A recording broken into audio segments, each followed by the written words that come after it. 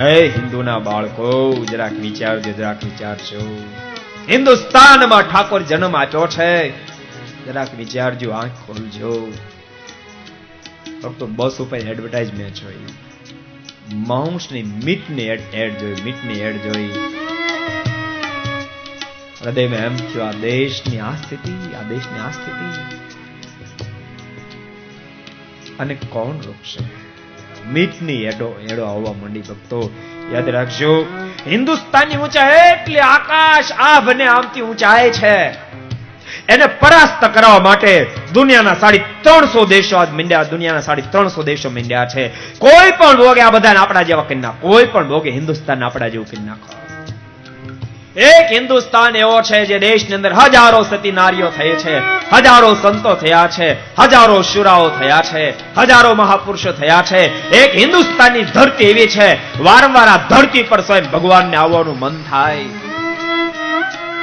એવી ધરતીને કોઈક બચાવો, કોઈક બચાવો. ભક્તો જાજુ ન થઈ શકે એટલું અહીંયા કથા બેસીને સાંભળી રહ્યા છો, ઘેરે બેસીને જે કથાઓ સાંભળો છો, લક્ષના માધ્યમથી, વિવિધ ચેનલો માધ્યમથી, એને એટલી જ મારી કરબદ્ધ પ્રાર્થના છે, તમે હિન્દુના સંતાનો છો, હિન્દુના સંતાનો છો.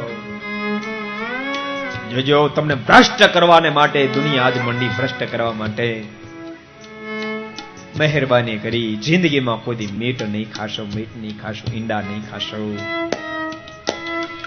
ભક્તો દુનિયા તો બોલશે, કાં નહોતા ખાતા ને આવું પડ્યું અમારી પાસે. ભક્તો યાદ રાખજો, ઉજળા વસ્ત્રને ડાઘા પડે, ઉજળા વસ્ત્રને ડાઘા પડે, એ ન પોસાય. મસોતા તો ગંદા જો, મસોતા તો ગંદા જો, એની ચિંતા ન હોય, એની ચિંતા ન હોય. કારેલા કડવા નીકળે એની વેદના ન હોય, કારેલા કડવા નીકળે એની વેદના ન હોય. દૂધી કડવી નીકળે ને ભક્તો એની વેદનાઓ થાય, એની વેદનાઓ થાય, એની વેદનાઓ થાય. કારેલા તો કડવા જ હોય, કારેલા તો કડવા જ હોય. હિન્દુસ્તાનમાં જન્મેલા યુવાનો, જાગ્રત બનજો, જાગ્રત બનશો. જિંદગીમાં મીઠ ખાશો નહીં. ઠાકોરજી ક્યાં તમને ખાવાની ચીજ ઓછી આપી છે? મીઠ ખાવું પડે. ભક્તો આપણા હૃદય તો દયાના દરિયા હોય, આપણા હૃદય તો દયાના દરિયા હોય. એક નાના એવા જીવાત્માને આપણે ન મારીએ. કશ્યાપી પ્રાણીનો હિંસા નૈવ કાર્યત્ર મામ કહી સૂક્ષ્મ યુકા મત કુણાદે રૂપી બુદ્ધ્યા કદાચન. નાના એવા જીવ માકણ ચાંચણને નહીં મારનારા એ આપણી સંસ્કૃતિ.